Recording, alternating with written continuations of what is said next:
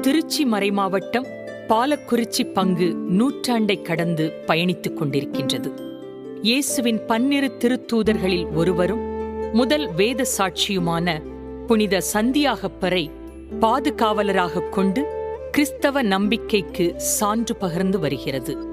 கடையேழு வள்ளல்களில் ஒருவரான பாரி ஆண்ட பரம்புமலையின் வடபகுதி மற்றும் நெல்லி வளநாட்டின் கிழக்கு பகுதியே பாலக்குறிச்சி என்ற பெருமையும் இம்மண்ணிற்கு உண்டு.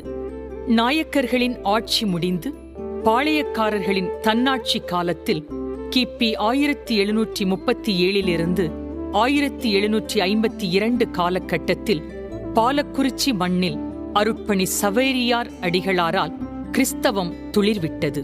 இந்நிகழ்வு திருச்சி மறைமாவட்டம்